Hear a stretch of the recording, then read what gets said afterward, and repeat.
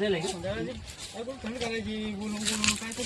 थंड बिंड द्यायचं काय माल काय गो पाला पाचोळा नाही घेऊ जवळ द्या नाही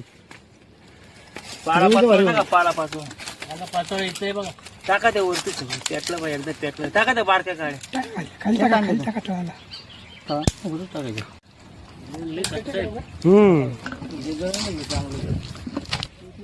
प्लॅस्टिकने आगला पेटते